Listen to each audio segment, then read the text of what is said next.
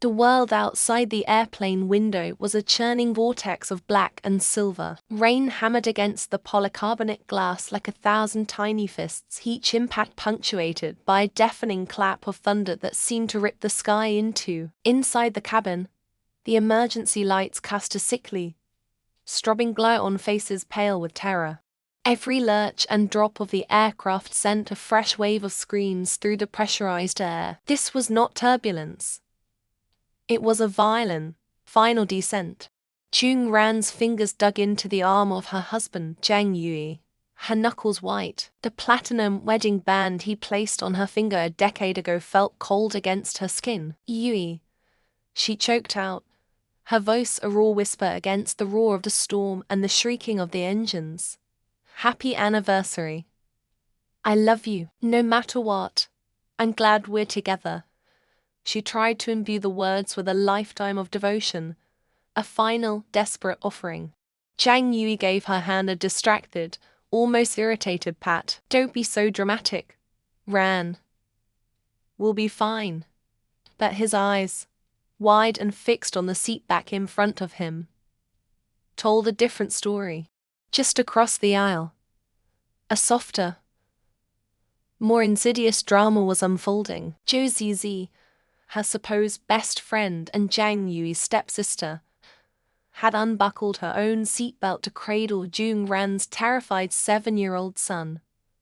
Ho ho, she pressed his face into her shoulder, shielding him from the chaos while her own body trembled. Don't be scared, my sweet ho ho, Zizi murmured, her voice a silken thread of poison that cut through the nose and called directly into Jung Ran's heart. Auntie is here. In our next life, I'll be your real mother. I'll protect you properly, not like her. She's always been so useless. The word useless struck Jung Ran with more force than any turbulence. It was the summation of 1,000 tiny cuts, 1,000 moments of being undermined and devalued, all delivered with a saccharine smile. She saw it then, in that final, terrifying clarity before death. The years of calculated manipulation, the slow, methodical theft of her family. Before she could even form a response, the plane gave a sickening, final heave. A metallic shriek tore through the fuselage, and a sharp, incandescent pain exploded behind Jung Ran's eyes. A brilliant, all-consuming white light swallowed the screens, the storm, and the betrayal whole. Then, silence, and the scent of lavender laundry detergent. Jung Ran's eyes flew open. Soft morning sunlight streamed through the familiar beige curtains of her bedroom, illuminating dust motes dancing in the air. The sheets were cool and smooth against her skin. Her bedside clock glowed with crisp red numbers, 7:15 a.m. Below it, the date, October 12th. Her breath hitched. A phantom agony echoed in her chest. But the frantic pounding of her heart was real. She sat bolt upright, hands flying to her body, searching for injuries that weren't there. The airplane, the storm, her host's terrified cries, they were gone, but the memory of Zijiao's words was branded onto her soul. October 12th. Exactly 1 year. 1 year to the day before the crash. The bedroom door creaked open and Zhang Yui strode in, already dressed in a crisp suit, knotting his tie with impatient movements. He glanced at her, his brow furrowed in its customary expression of mild annoyance. Are you just going to sit there? Hi-Ho needs to get ready for his piano lesson, and I have an early meeting. Before Jung Ran could process the surreal normalcy of his words, a cheerful, sing-song voice echoed from the hallway. My darling Hi-Ho, Auntie is here. Zhou Zizi swept into the living room, a vision of bright, effortless charm in a stylish trench coat, carrying a box of imported pastries. Hi-Ho, who had been sulking on the sofa in his pajamas, immediately lit up. He scrambled off the cushions and launched himself into her arms. Auntie, you're the best, he squealed, burying his face in her hair. Zizi hugged him tightly, shooting a triumphant, pitying glance at Jung Ran over his small shoulder. Of course I am, sweetie. Did you mean Mummy try to make you do something boring again? She wants me to go to piano class. Ho ho whine, his lower lip jutting out in a perfectly practiced pout. It's so hard. I just want to go to the amusement park with you, Auntie. This was it. Jung Ran watched the scene unfold as if from a great distance, a ghost in her own life. She remembered this day with excruciating clarity. This was the argument that had started it all, the first major fissure that ZZ had expertly widened into a chasm. In her previous life, she had intervened, her voice rising with panicked frustration. She had insisted on discipline, on the importance of the lessons they'd paid for. Zhang Yu stepped in, right on cue. Jung Ran, for once, can you just let it go? He sighed, his voice dripping with condescension. You always have to ruin his mood. ZZ is right. He's just a kid. Why can't you be more understanding, like her? He gestured towards ZZ, who was now whispering conspiratorially to Hi-Ho, making him giggle. In her memory, this was the moment she had broken down in tears, accusing him of siding with his stepsister, of not supporting her as a parent. Her hysteria had only proven their point, casting her as the unstable, unreasonable shrew. Zhang Yui had stormed out. Ho-Ho had locked himself in his room, and Zizi had stayed to comfort them both, cementing her role as the family's savior.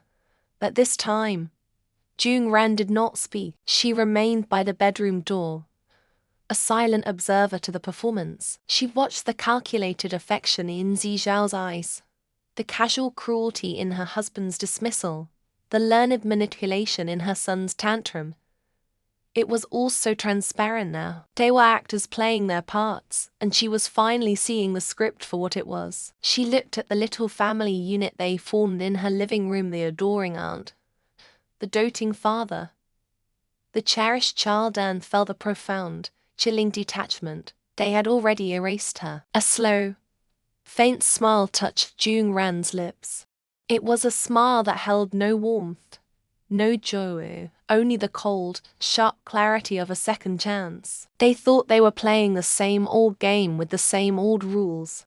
They had no idea the board had just been reset, and this time, she knew every move they were going to make. The air in the living room was thick with the residue of their argument, a silence stretched so tight it threatened to snap. Josie Z stood with her shoulders slumped, a portrait of wounded innocence, while Ho-Ho, his small face a mask of defiance, clung to her hand. Zhang Yui's jaw was a hard line of frustration, his gaze flickering between his son and his wife, caught in a crossfire of his own making. He expected more tears from Jung Ran, more accusations, more of the draining emotional labor he'd grown to resent. Instead, a placid calm settled over her features. When she finally spoke, her voice was so unnervingly level it silenced the chaotic drumming in his chest. I agree, Jung Ran said, the words falling like smooth, cool stones into the tense quiet. I agree to let ZZ take Hi-Ho out to play. Josie Zhao's head snapped up, her carefully constructed sadness momentarily replaced by sheer disbelief. Zhang Yui's brow furrowed, suspicion warring with relief. This was too easy. Jung Ran's gaze shifted to her son, her expression softening into one of maternal solicitude. Hi-Ho, my darling, she began, a tone gentle, almost conspiratorial. Do you remember what you promised Mommy? That you would study hard and become a great artist? Hi-Ho nodded hesitantly, his bravado faltering under her focused attention. Well, Jung Ran continued, her voice gaining a theatrical, magnanimous quality. Mummy has been thinking. Your childhood should be happy. You deserve to run and play, to be free from all this pressure. She pulled out her phone, her movements deliberate and graceful. With a few decisive taps, she looked back at him, a beatific smile on her lips. There. I've cancelled all of your lessons. The painting, the calligraphy, the weekend tutoring. All of it. From now on, You can have the happy childhood you deserve. It was a masterstroke, disguised as a concession. She wasn't just cancelling his lessons. She was severing a fundamental tie, a shared project that had once been the cornerstone of her life as his mother. Hi-Ho stared, speechless, the victory he thought he wanted suddenly feeling hollow. Jung-ran then turned her serene gaze upon her husband. Yui, you should go with them, she suggested, her voice laced with an impeccable wifely concern. The amusement park is expensive and ZZ can't be expected to manage Ho-Ho all on her own. You should go help pay the bills and carry things. The words were practical, yet they subtly reframed his role from patriarch to glorified assistant, a walking wallet for their perfect day out. ZZ, regaining her footing. Seize opportunity. Sister-in-law, it's my birthday celebration too. Why don't you come with us? It was a perfunctory invitation, a test of this new, compliant Jung-ran. Jung-ran offered a small, self-deprecating laugh. Look at me, she said, gesturing to her simple home attire. I'm not dressed for a party, besides, Ho-Ho wants to spend time with his Aunt CZ. I wouldn't want to get in the way. She was the picture of humility, a martyr to their happiness. She had handed them everything they wanted on a silver platter, and in doing so, had taken complete control. As the front door clicked shut behind them, their excited chatter fading down the hallway, the placid mask on Jung-ran's face finally dissolved. A chilling resolve hardened her eyes. She walked to the window, watching them get into Zhang Yui's sleek black sedan, a perfect little family unit. A bitter smile touched her lips as she whispered to the empty room, to the ghost of her past life. Since you all want to be together so much, then in this life, I'll help you make it happen. Inside the car, the scent of expensive leather and Zhou Zizhao's cloying perfume filled the space. Hi-Ho, exhausted from the emotional whiplash, had already fallen asleep in the back, his head lolling against the window. For a long while, only the hum of the engine and the swish of tires on asphalt broke the silence. Finally, Zhou Zizi leaned slightly toward the driver's seat, her voice a nervous whisper. Brother Yui Jung-ran was acting so strange today. Do you think she's found out something? Zhang Yui let out a short, dismissive laugh, his hands tightening on the steering wheel. Found out what? That she's losing her own son's affection. He shook his head, a smug certainty in his expression. This is just who she is, Zizi. Her love is suffocating. When she can't get her way, she swings between hysterics and these bizarre, dramatic gestures. Giving in like this is just another way for her to play the victim. He was completely blind, interpreting her strategic retreat as emotional instability. He saw her actions only as they related to him, to his own narrative of a difficult, unreasonable wife. He glanced at the woman beside him, his expression softening with an admiration he rarely showed Jung-ran.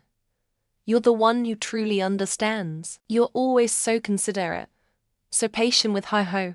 He reached over, briefly squeezing her hand where it rested on the center console. It was a gesture of deep emotional intimacy, a confirmation of their silent alliance against the woman they were leaving behind. It was well past midnight when his car finally pulled back into the driveway. The house was dark, save for a single lamp casting a soft glow in the living room window. It's too late for you to get a taxi home, Zhang Yi said, his voice low. It's not safe. You should stay the night in the guest room. Zhou Zizi bit her lip, performing a perfect imitation of conflicted hesitation. But what will sister-in-law think? I wouldn't want to cause any more trouble. She's asleep, he insisted, already getting out of the car. She won't even know. Just as he spoke, the bright porch light flickered on, startling them both. The side door opened with a soft creak, and there stood Jung-ran, holding a black trash bag. She looked entirely composed, dressed in a silk pajama set, her hair tied back neatly, Her timing was impeccable. "Oh, you're back," she said, her voice bright and welcoming, betraying no sign of having been woken up. Her eyes fell on their tense posture, on the overnight bag Zizi had conveniently left in her car. "Zizi, you're still here. It's far too late to travel home now." "Yui is right. You must stay. I'll go prepare the guest room for you." She smiled. "Oh, why?"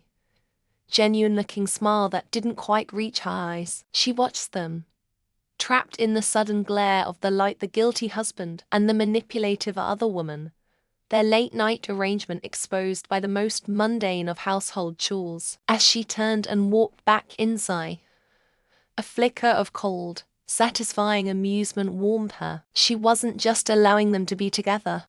She was now their gracious host, forcing their betrayal out of the shadows and directly under her roof, on her terms. The morning light, usually a soft promise June Ran welcomed, now felt like a sterile glare, illuminating a scene that was both familiar and utterly alien. Zizi, humming a saccharine pop tune, moved around the kitchen with an unsettling efficiency, her presence a fragrant cloud of expensive perfume that suffocated the simple scent of home. She flipped a pancake with a practiced flick of the wrist, a gesture meant to look effortless, a performance for the audience of one. Zhang Yui, he sat at the table, newspaper in hand, but his eyes followed her every move, a soft, approving smile on his face. "Hi-ho, time for school," Zizi called out, her voice a tinkling bell of false cheer. "Their son." "Ho-ho," thundered down the stairs, his eyes bright. He ran past June Ran, who stood motionless by the counter with a bowl of freshly cut fruit and oatmeal, and threw himself into Zizhao's arms. "Aunt Zizi, are those the chocolate chip pancakes you promised?" "Only the best for my favorite little man," she cooed, ruffling his hair. June Ran placed the healthy breakfast she had prepared on the table, her movements deliberate and quiet. "Ho-ho, you need to eat this first. It's better for you." Ho-ho wrinkled his nose, shoving the bowl away with a dramatic flourish. "I don't want it. I want Aunt Zizhao's pancakes." He glanced at his father for backup, then delivered the blow with childish glee. "Finally, I don't have to eat the boring breakfast Mum makes." The words, a cruel echo from a future she was determined to write, barely registered on June Ran's placid face. The June Ran of yesterday would have flinched, her heart constricting. The June Ran of today simply looked at the rejected food, a monument to a life she no longer wanted. Zhang Yui lowered his paper, a flicker of irritation in his eyes, not for his son's cruelty, but for the disruption. "Ran, just let him be." To their collective shock, June Ran offered a serene, almost beatific smile. "Of course, eat whatever you like." "Ho-ho." She pushed the bowl of fruit towards Zizi. "Maybe you can add some of these to your pancakes." The kitchen fell silent. Zizhao's smile faltered, her victory tasting suddenly of ash. Zhang Yui stared, thrown off balance by the absence of the fight he expected. This wasn't the wounded, pleading wife he knew. This was a stranger. Later, after the clatter of breakfast and the rushed exit for school, the silence in the apartment was heavy with unspoken tension. Zhang Yui cornered her in the living room, his frustration finally boiling over. "What was that this morning? What kind of game are you playing?" he demanded, his voice tight. First the silence, now this deliberate indifference. "It feels like you're trying to punish me, to push me further away." June Ran turned from the window, her gaze distant, as if looking at a landscape only she could see. She thought of the divorce papers, the custody battle, the way he had stood by and let Zizi erase her from her own son's life. Punish him? No, it was far too late for that. This was an amputation. "I'm not playing a game," she said, her voice unnervingly calm. "You said you wanted Zizi to help more, that you wanted Ho-Ho to be happy. I'm just agreeing with you." "I thought this was what you wanted." She paused, her eyes meeting his. "I only wanted you both to be happy." Her words, delivered without a trace of sarcasm, were more unsettling than any screaming match.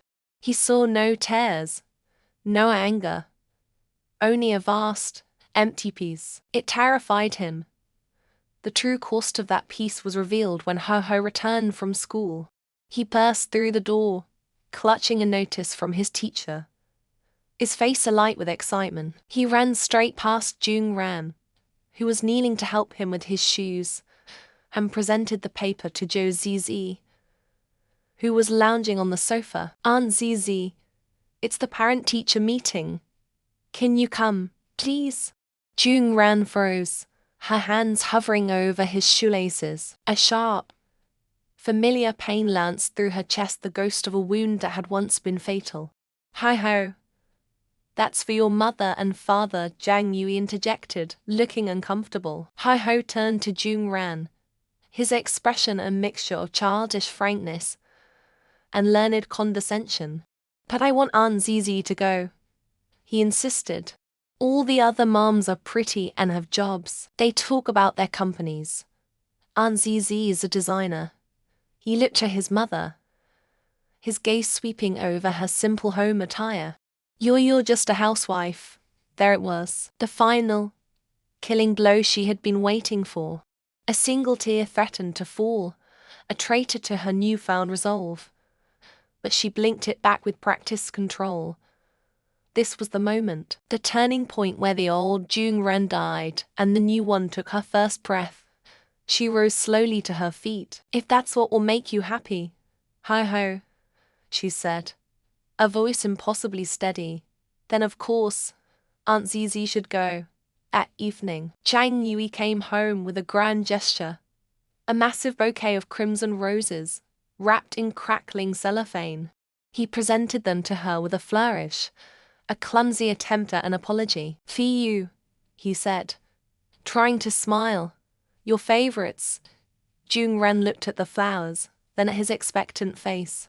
For 10 years, he had brought her these roses on anniversaries and birthdays. For 10 years, she had smiled, thanked him, and then secretly taken antihistamines for the splitting headache and itchy eyes they gave her. The heavy oak door swung open, its sound swallowed by the cavernous silence of the house. Zhang Yui loosened his tie, to not feeling more like a noose with each passing day. He dropped his briefcase by the door, the thud echoing in the empty foyer. For the third night in a row, the house was a pristine, lifeless shell. No welcoming aroma of Jung-ran's cooking, no sound of the television humming in the background, no sign of Ho-Ho's toes scattered across the living room floor. It was exactly as the cleaners left it. Perfect and perfectly cold. His frustration, a low simmer all week, began to boil. He pulled out his phone, stabbing at the screen to call her, straight to voicemail again. He tossed the phone onto the granite countertop, the clatter sharp and angry. Jo Zizi, hearing his arrival, emerged from the guest room, a concerned look artfully arranged on her face. "Yui, you're back. Is there any news?" she asked, her voice softer and tentative. "Nothing," he clipped, striding past her to the refrigerator. He pulled out a bottle of water, the chill of it doing nothing to cool his temper. This was ridiculous. A childish tantrum. That's all it could be. She'd run home to her mother, expecting him to come crawling. He played along, giving her space. But his patience had evaporated. He dialed a new number, his thumb pressing hard against the glass. It rang twice before being answered. "Mother," he said, forcing a calm tone. "It's Yui. I was just calling to check on Jung-ran. How is her recovery coming along?" There was a beat of confused silence on the other end. "Recovery, Yui? What are you talking about? I haven't seen Jung-ran in over a week. She called to say she was going on a work trip, some kind of advanced training seminar." Zhang Yui's blood ran cold. The elaborate lie he'd constructed for his mother-in-law sudden, a minor surgery for Jung Ran that required a few weeks of quiet recovery at home crumbled around him. He had invented it to buy time, to manage the situation without involving her parents. But Jung Ran had never gone to them. She hadn't run home to cry. She had simply let. A work trip, he repeated, his voice hollow. Yes, her mother replied, a new sharpness in her tone. She sounded wonderful, excited. It's about time she focused on that pilot's license she's worked so hard for. I assume you knew all about it. The unspoken accusation hung in the air between them. He ended the call without another word, a wave of dizziness washing over him. This wasn't a tantrum. This was a calculated, strategic withdrawal. As the realization settled, the doorbell chimed, a sterile, jarring sound in the tense silence. Zhou Zizi moved to answer it, but Zhang Yui held up a hand, stalking to the door himself. A man in a severe, dark suit stood on his doorstep, carrying a slim leather portfolio. He looked like an undertaker.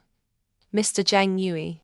The man asked, his voice devoid of any warmth. Yes, I am Attorney Kim, representing Ms. Jung Ran. The lawyer didn't wait for an invitation, simply handing over a thick manila envelope. These are for you. Zhang Yui stared at the envelope as if it were a venomous snake. He didn't need to open it. He knew. He tore it open anyway, his hands trembling slightly. The crisp, formal letters spelled it out in black and white. Petition for divorce. His breath hitched. This is a joke, he scoffed, shoving the papers back at the lawyer. Tell her to stop playing these ridiculous games. If she wants me to coax her, she's gone too far. The words sounded weak even to his own ears. He was still clinging to the belief that he held all the power, that she was merely acting out for his attention. Attorney Kim did not take the documents back. He simply looked at Zhang Yui with an expression of mild pity. My client anticipated this reaction, Mr. Zhang.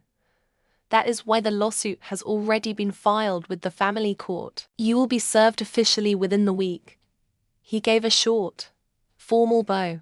As for her reasons, I was given only one message to convey. Zhang Yui waited, his jaw clenched. The lawyer's gaze was direct, unwavering. Miss Kun said the reason for her divorce. You know it in your heart. The door clicked shut, leaving Zhang Yui standing alone in the foyer, the legal papers a dead weight in his hand. The lawyer's words echoed in the oppressive silence, striking a nerve so deep and raw it stole his breath. He finally understood. This was not a game. This was an execution. A frantic shout from upstairs shattered his stupor. Yui, come quick, it's Ho-Ho. He took the stairs two at a time, his own crisis momentarily forgotten. He burst into his son's room to find Zhou Zizi hovering uselessly over the bed. Ho-Ho was thrashing, his small body slick with sweat. His face flushed a dangerous red. A choked, guttural sound escaped his lips. A single, desperate word. Mom, I want Mom. Panic seized Zhang Yui. What's his temperature? Did you give him medicine? I can't find it, Zizi stammered, wringing her hands. I looked in the bathroom cabinet, but there are so many bottles, and he feels so hot. Zhang Yui pushed past her, his hand flying to his son's forehead. It was like touching a furnace. Ho-Ho's eyes were glassy with fever, his breath coming in ragged pants. He was barely coherent, just a small, suffering child crying for the one person who always knew how to make it better. The one person who was gone. The next hour was a blur of frantic energy, a panic drive to the hospital, the glaring lights of the emergency room, the detached questions from nurses. Ho-Ho was diagnosed with acute tonsillitis, his fever dangerously high. As they hooked him up to and for drip, his cries for Mom became weaker, more pitiful, each one a fresh stab of guilt in Zhang Yui's chest. He stood by the window of the waiting room, phone pressed to his ear, dialing her number over and over. Each time, The automated voice was a fresh torment. "The number you have dialed is not in service. Please check the number and try again." She had changed it. She had completely and utterly severed all ties. He was adrift, with no way to reach her. No way to fix the catastrophic error he had made. Josie approached him, placing a timid hand on his arm. "Yui, don't worry so much. The doctor said he'll be okay." "You look exhausted." Zhang Yui looked down at her hand as if it were a foreign object. For the first time, he saw her not as the gentle, understanding victim, as the catalyst for all of this. Her helplessness, her inability to handle a simple crisis, stood in stark, glaring contrast to Jung Ran's quiet competence. Jung Ran would have known exactly where the fever reducer was. She would have known the right dose. She would have calmed her hoe with a cool cloth and a soft song, never letting it get this far. He pulled his arm away, his voice flat and cold. "Go home and get some rest, ZZ." It wasn't a suggestion. It was a dismissal, a reversal as stark and sudden as the flipping of a switch. She opened her mouth to protest, but the look in his eye silenced her. She retreated, leaving him alone in the sterile corridor. He walked back into Ho-Ho's room and sank into the chair beside the bed. The rhythmic beep of the monitor was the only sound. He watched his son's small chest rise and fall, the IV tube taped to his tiny hand. A profound, soul-crushing regret washed over him. It wasn't just about the convenience he had lost. It was about the gaping, irreplaceable void her absence had torn in their lives. He had traded a queen for a pawn, and in doing so, had checkmated himself. 1 year. It felt like a lifetime and no time at all. Jung Ran stood before the main building of the Korean Aviation Academy, the crisp lines of her new pilot's uniform a second skin. The starched white shirt, the sharp black tie, the perfectly creased trousers. It was an armor she had earned, then discarded, and now reclaimed. She inhaled deeply, the familiar scent of jet fuel and manicured grass filling her lungs. It was the scent of ambition, a perfume she hadn't worn in years. Her posture was straight, her shoulders back, a stark contrast to the weary slum she had carried as a housewife. The past was a ghost, but today, she was the one who would do the haunting. Inside, the academy's chief instructor, Captain Park, looked up from his desk, his stern expression softening into one of genuine surprise. He remembered her, of course. Jung Ran had been his star pupil, a natural with an instinct for the sky that couldn't be taught. He also remembered her abrupt departure, a week before she was to be certified as a captain. "Jung Ran," he said, his voice a low rumble. "I'd heard you were re-enrolling, but I didn't quite believe it." He gestured to the chair opposite him, his eyes scanning her, taking in the change. The uncertainty was gone, replaced by a cool, quiet fire. "You were the best we had. Are you planning on backing out at the last minute again?" The question was blunt, a direct challenge to the ghosts of her past. The Jung Ran of yesterday would have flinched, offered an apology, a justification.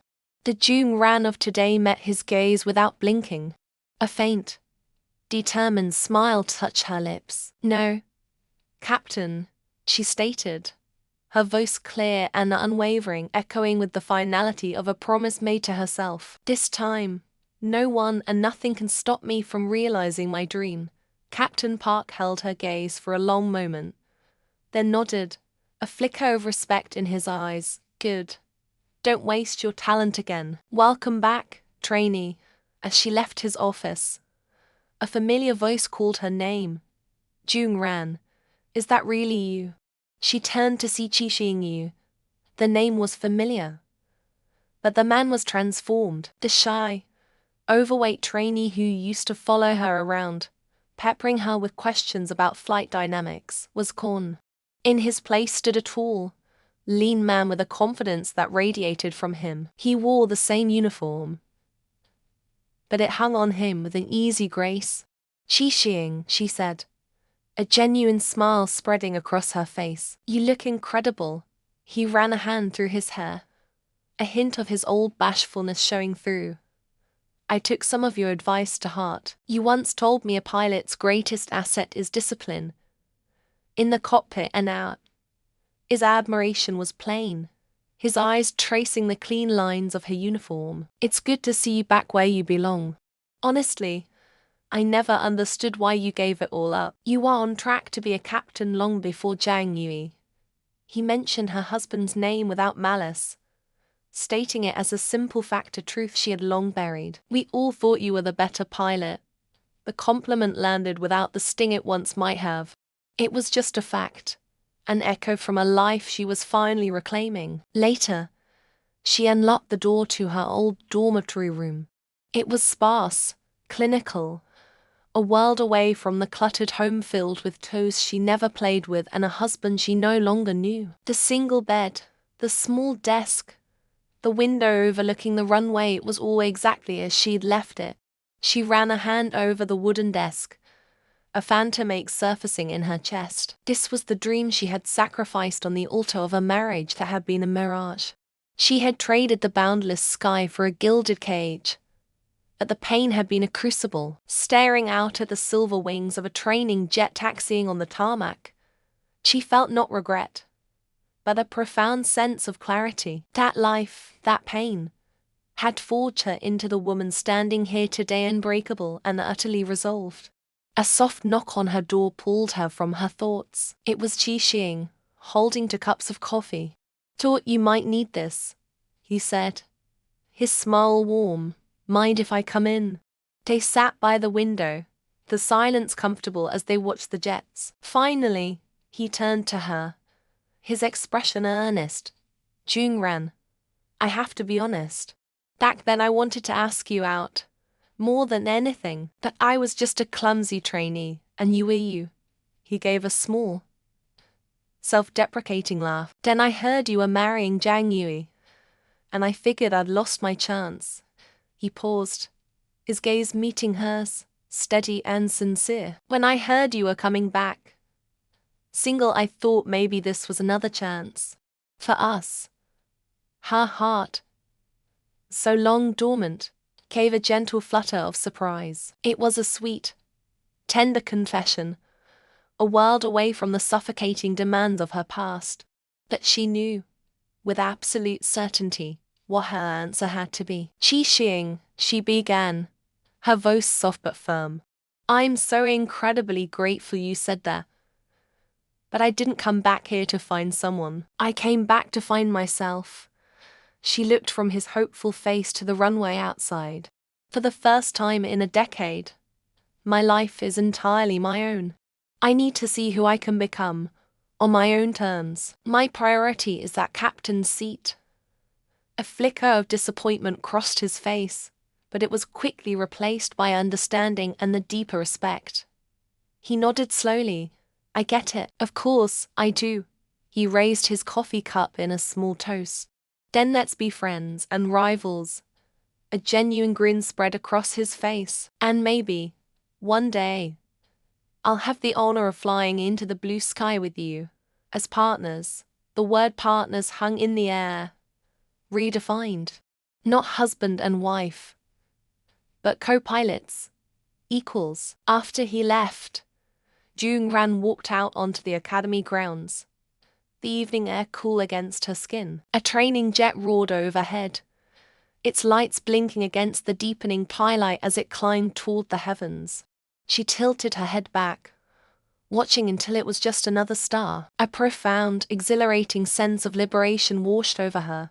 There were no family obligations weighing her down, no toxic in-laws whispering in her ear, no husband's shadow to stand in. There was only the rumble of engines, the vast expanse of the sky, and the unwavering promise of a future she would build with her own 2 hands. Her worth wasn't tied to a man or a family. It was here, in her skill, her passion, her resilience. The past was a closed flight plan, left firmly on the ground. Her journey was just beginning.